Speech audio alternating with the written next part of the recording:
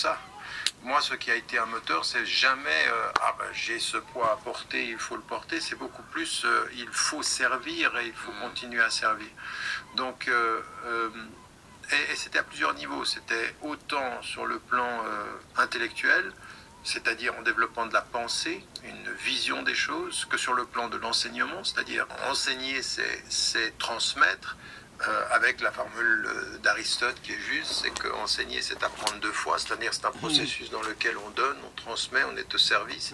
Et j'ai toujours compris ceci comme cela, c'est-à-dire que mon enseignement, que ce soit dans les différentes institutions dans lesquelles j'ai travaillé ou dans ma vie, dans les universités populaires que j'ai faites, c'est servir. Servir et transmettre de la connaissance. Et puis ensuite, il y avait l'acte solidaire. Très très tôt, moi j'étais d'ailleurs à Genève où j'ai fait ma formation. Dans un premier temps, on me considérait comme un tiers-mondiste, c'est-à-dire quelqu'un qui défendait les intérêts du tiers-monde, c'est-à-dire la justice dans le tiers-monde, mais en même temps qui était dans la solidarité avec le tiers-monde. Donc il y a aussi cet acte solidaire et qui est aussi un acte de service. Et puis il y a la justice, c'est-à-dire à un moment donné, j'étais très très très engagé très jeune, je veux dire j'avais 16 ans, 17 ans où j'étais engagé pour la cause tibétaine, pour la cause sud-africaine, aux côtés de tous ceux qui étaient liés à...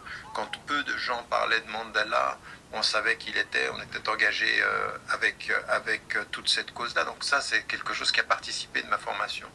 Donc j'ai jamais considéré que tout ceci, c'était... j'ai jamais considéré que mon engagement en tant qu'individu était plus important que ce que je défendais en termes de cause. Pour moi, les causes sont plus importantes que les hommes. Et les hommes sont au service soit de Dieu, soit des causes, mais pas au service d'eux-mêmes.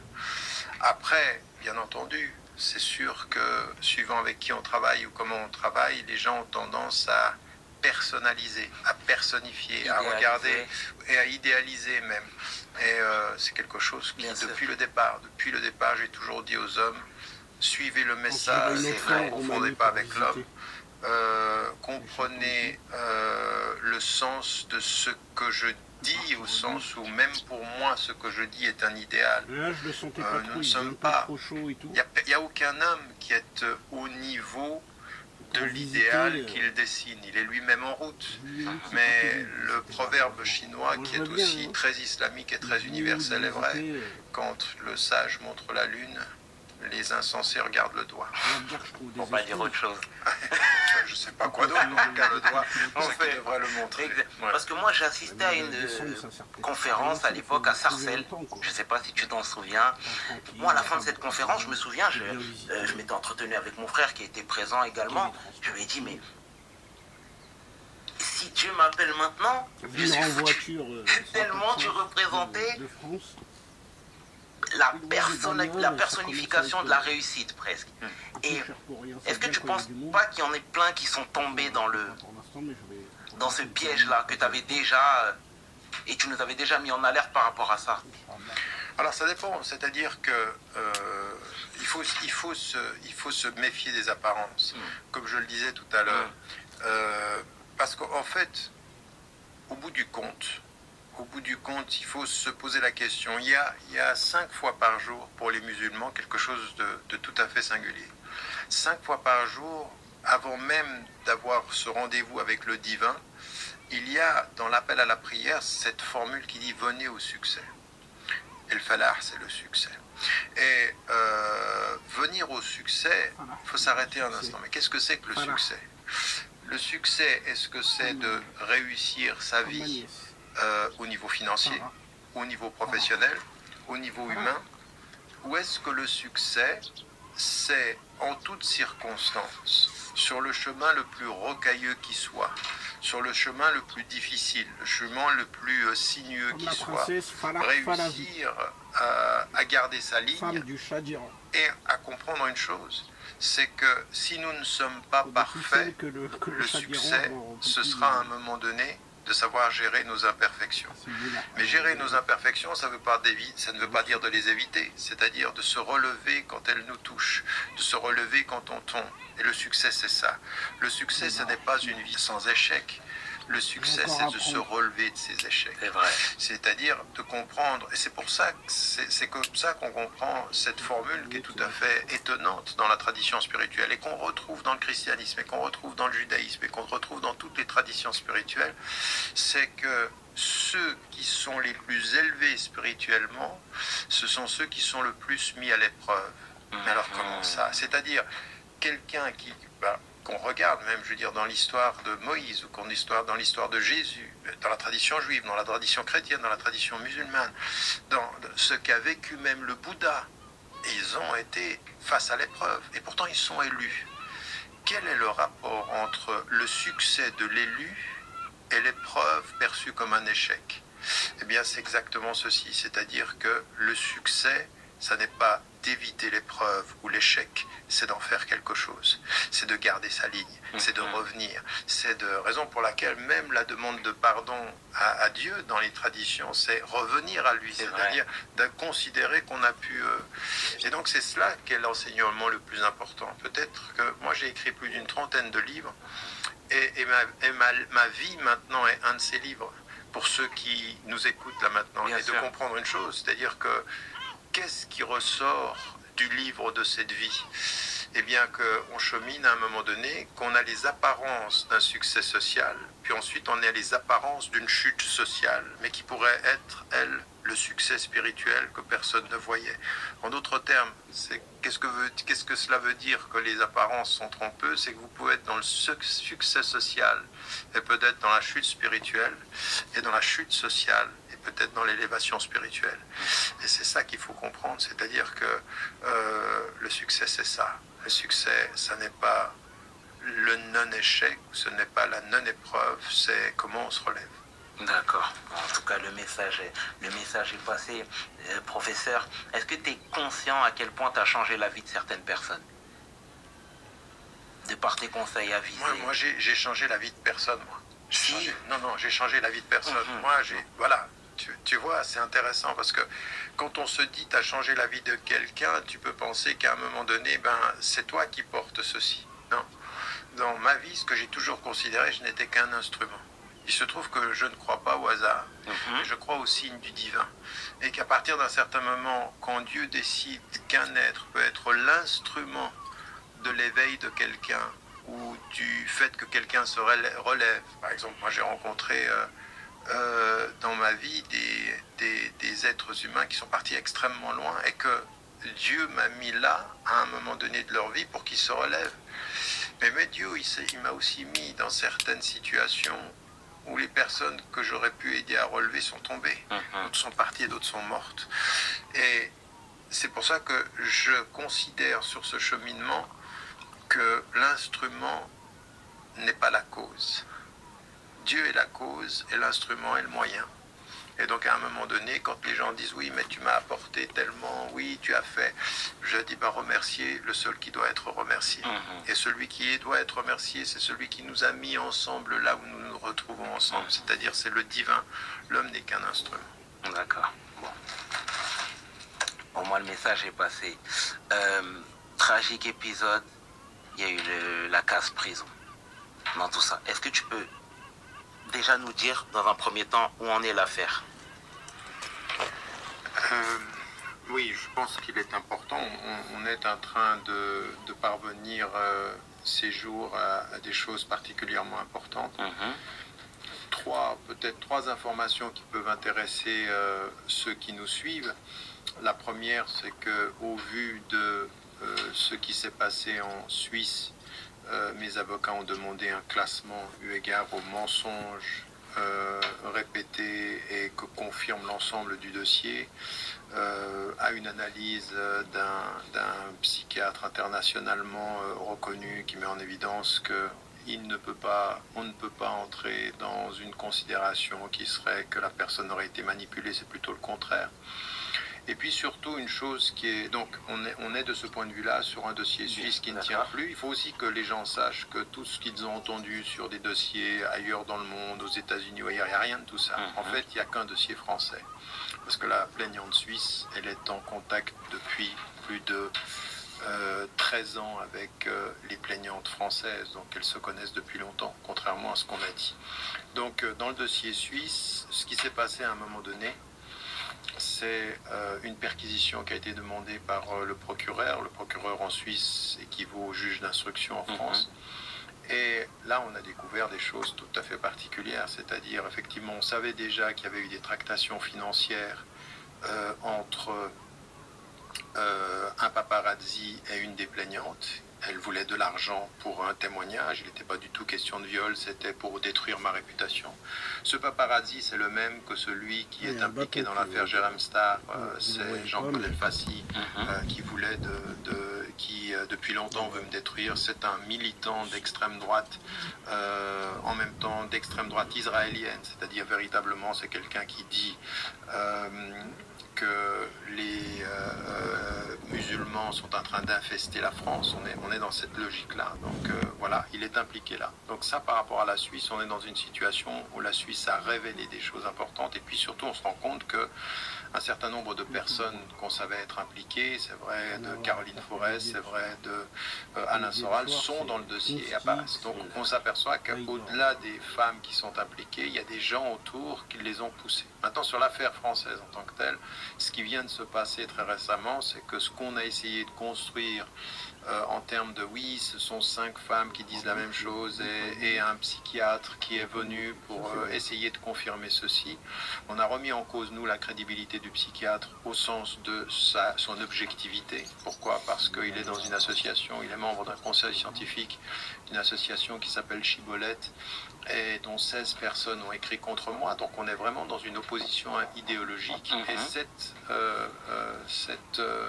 ce rapport psychiatrique vient d'être annulé par la Chambre de l'instruction, ce qui est très très important. C'est un tournant, parce que maintenant il ne reste plus rien. Ce qu'on voulait construire en disant oui, elles étaient toutes sous emprise, maintenant on s'aperçoit qu'elles étaient plutôt dans une concertation frauduleuse.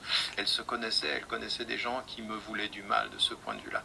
Donc le dossier avance vraiment dans le bon sens aujourd'hui, ou peu à peu, avec la patience et avec la résistance, parce que ce qu'on me fait vivre par ailleurs en termes de contrôle judiciaire après pratiquement 10 mois de prison, eh bien, est quelque chose qui est totalement injuste et injustifié. Eh bien, la vérité apparaît que dans le dossier français maintenant, nous sommes en train de voir que ce que nous avions dit depuis le début, à savoir qu'il s'agissait d'un traquenard, qu'il s'agissait d'un traquenard en bande organisée, c'est-à-dire des personnes qui se connaissent depuis longtemps, et bien maintenant, ça devient assez clair dans ce dossier-là. Donc voilà, là où on en est du point de vue de l'affaire, donc je suis très très confiant sur les faits, je suis très confiant sur le droit. Le problème que ceux qui ont eu affaire avec la justice savent et connaissent, et que le problème, c'est qu'on a parfois des juges d'instruction qui sont moins intéressés au... Bernard-Henri Lévy avait donné rendez-vous, il avait pas donné rendez-vous, mais il avait organisé, il organise des soirées mondaines à Paris. Il y avait une femme qui était une ancienne prostituée, une rebeu, un peu comme l'histoire du 93 avec la terroriste. Une ancienne prostituée qui était partie après à Daesh, puis qui est retombée dans le côté des michetots et des côtés des vénales. Et apparemment, elle aurait rencontré BHL et d'autres personnes et tout dans un appartement à Paris près de la Tour Eiffel. Et elle aurait accepté de piéger, c'est pas de piéger, c'est d'inventer des histoires sur Tarek Ramadan. De viols, de trucs. Une qui a été soi-disant payée ou lobotomiser le cerveau, je sais pas, mais apparemment ça serait une menteuse, quoi. C'est une femme qui a switché plusieurs caps, quoi. Elle a plusieurs caps.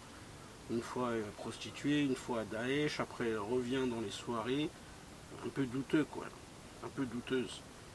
Et c'est elle qui lui a commencé à lui faire des problèmes, sachant qu'elle avait des contacts avec l'aristocratie parisienne, les potes à BHL. Dans les soirées, les gens vont me dire, est-ce que c'est prouvé, est-ce que tu as des preuves, sinon tu peux te faire attaquer et tout. C'est prouvé qu'il y a des soirées. C'est-à-dire que si je me fais attaquer derrière, il y en a d'autres qui pousseront le truc. Et non, c'est un complot. Tariq Ramadan, il a subi un véritable complot, c'est prouvé. Si c'est pas prouvé, ben on peut le prouver, on peut être attaqué en diffamation et le prouver derrière.